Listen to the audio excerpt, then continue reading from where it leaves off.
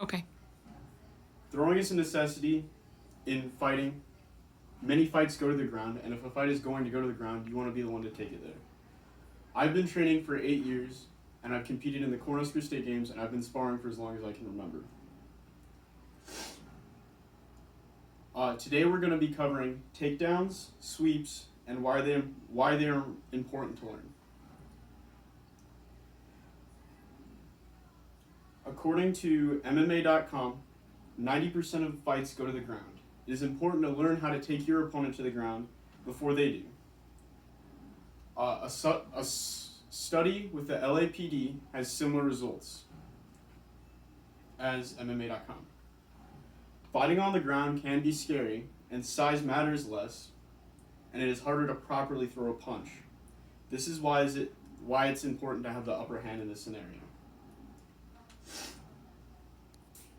It's advantageous for a smaller opponent to take a larger opponent down because they have striking prowess over the smaller opponent.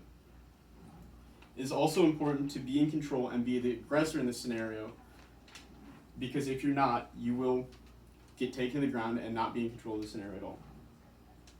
Almost every fight starts standing up, so takedowns are important. It is applicable to almost every fight. If an opponent has an advantage in striking over you, taking them down is the best option. Now that we have seen takedowns and why they are necessary, let's look at how to do one.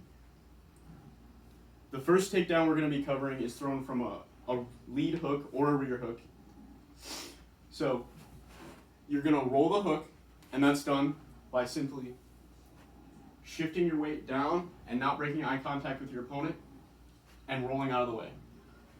During this, you're going to want to trap one hand behind his neck with his shoulder, and you're going to want to push your head towards his shoulder, trapping his arm.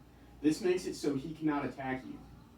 You're going to gable grip, which is done like this without the thumbs, and pinch together tight to make a seal so he can't attack you.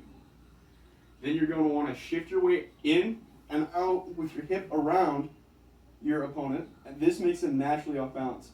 Then what you're going to do after you're here is twist and push a little. This is going to cause your opponent to slip and kind of twist off into a distance. From there you can have a straight armbar, or you can just get on top of them, or you can just leave them. The option is up to you. The second throw is going to start, this throw is more aggressive. So now that we've looked at a defensive throw, let's look at an aggressive throw in case you don't want to allow them to throw a punch. This throw is thrown from a penetration stroke, which is done like this. Your lead leg is going to hit the ground, and then your rear leg is going to sweep behind, and you're going to grab like this and push up. So if you're with your opponent and he's at a wrestling stance, it's done like this.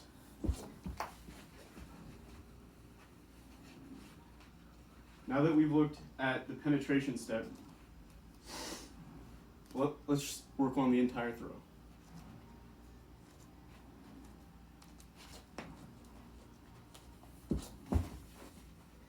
From here, once you grab the foot tight, make sure your head is pushed in their hip. This already creates off balance, and I've messed up and I've got his foot caught, so I'm going to need to step around for this. I grab his hip, and now that I'm at his side, I'm simply going to step behind his foot and push towards him. Today we've looked at two different sweeps, one being the single leg takedown and the other being thrown from a hook. One is more defensive and one is more offensive. The defensive one shows you how to take down your opponent and successfully avoid a strike. The offensive one shows you how to quickly take down an opponent. There are disadvantages and advantages to both of them.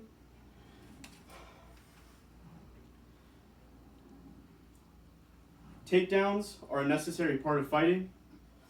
Without them, you are disadvantaged.